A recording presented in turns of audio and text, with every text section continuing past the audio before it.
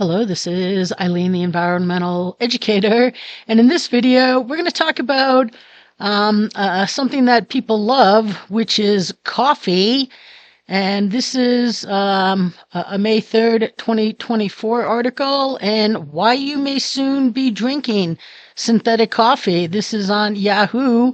But yeah, it is, as it says here, a Wall Street Journal article. It was out here in the Wall Street Journal, the same guy, same day. So, with everything else going to lab produced, I guess right now, this is how they're anticipating your coffee. Your espresso maker's gonna get a few more gadgets to it, I guess. They say that your typical morning cup of coffee is a social and environmental disaster, but you'll soon have the option to start sipping something less harmful, synthetic coffee. Yes, your coffees, like everything, is an environmental disaster. They say worldwide people consume 2 billion cups of coffee a day. Given that the average Arabica tree produces only 1 to 2 pounds of coffee a year, that means every 2 cup a day coffee drinker requires continuous production from around 20 coffee trees. They say the intense demand for coffee has driven mass deforestation, poverty wages for farmers who see little of the rising price in their commodity, and substantial carbon emissions due to both production and long supply chains. So, research suggests that around half of the land best suited to grow coffee will become unsuitable for that purpose by 2050, thanks to climate change, of course. In Brazil, that figure reaches 88%. So they say here that for all these reasons, at least a half a dozen companies are using biotechnology and food science to replace the coffee in your cup with something that lacks all the baggage, all that baggage, and isn't nearly as vulnerable to climate change. Now, they haven't said how climate change affects anything. They said this affects the soil. I mean, this coffee does travel along with everything else on this planet. Okay. So, I don't know what that vulnerability to climate change is, but you got to throw that in everywhere. This pseudo coffee can be made from a variety of ingredients, including chickpea and upcycled agricultural waste like date pits. Other approaches use lab-grown cells from actual coffee plants. Companies like Voyage Food, Minus Coffee, Atamo, Prefer, Sturm, Northwonder have all begun selling or are working on so-called beanless coffee alternatives.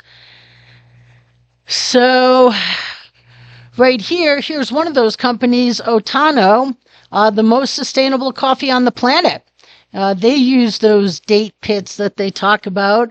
They say Otamo upcycles our main ingredient by rescuing date pits from farmers' waste streams. Giving food waste a second life enables us to preserve precious environmental resources. By using farm-grown, upcycled, and superfood ingredients, we have created a lower-impact coffee option and are building a more resilient circular food system. One thing I wonder is how long this is going to be an option. Atamo is crafted with love for the planet and love for coffee, but without the beans. So they love their coffee here. They say 83% fewer carbon emissions, 70% less farmland used compared to conventional coffee. They make it look good. So, they talk about the challenges here, the deforestation, the high carbon emissions, the acres used, 351 billion liters of water per day.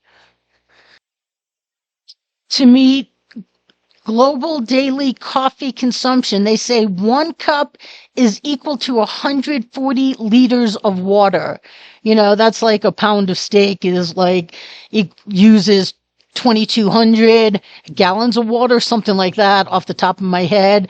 So they say that, I guess this is going to reduce water demand. And they say that coffee is one of the 7 commodities, asterisk, they list the others, responsible for 56% of agricultural related tree cover loss. So they say that coffee is threatened by climate change, causing green coffee growing regions and supply chains to be increasingly disrupted and threatening your morning brew. The growth of green coffee fuels deforestation, releases carbon emissions, and consumes water.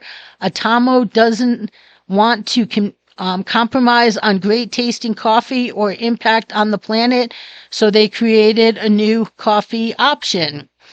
And right here, they'll tell you that if you do 1 pound of their coffee, you're gonna have 2 kg CO2e, I don't know what that E is, fewer carbon emissions, and 4 meter to less farmland. So they'll tell you how much you're helping out by using their coffee here. Here's another one of the companies they talked about, Voyage, bean-free coffee, get the buzz without the beans. They say that it is made entirely without coffee beans and allows you to enjoy everything we love about traditional coffee and say goodbye to the parts you don't. So they say it's made without beans, a simple swap for traditional cold brew, made with caffeine levels similar to traditional coffee, affordable for everyone, and made with natural ingredients. They use the chickpeas, water, roasted chickpeas, rice hulls, caffeine, green tea, caffeine from green tea, natural flavors. So this might be in your favor. And your future. With climate change affecting coffee production in more ways than one, from increased prices to decreased quality, the beverage future is neither stable nor secure. That's why we created our bean-free coffee. Then they have frequently asked questions. It contains caffeine comparable to a comparable amount as traditional coffee brews. So they have dark and medium roasted flavors, and more questions down there that they answer. So this might be your future, people, along with your lab created meat and everything else that they're throwing out you. Right now they're calling this an option, but once the powers that are get their way on things, options become the only choice. So we'll see about this. But right now, this is headlines, and there are companies out here being good for the environment and providing you an option. So stay tuned, people.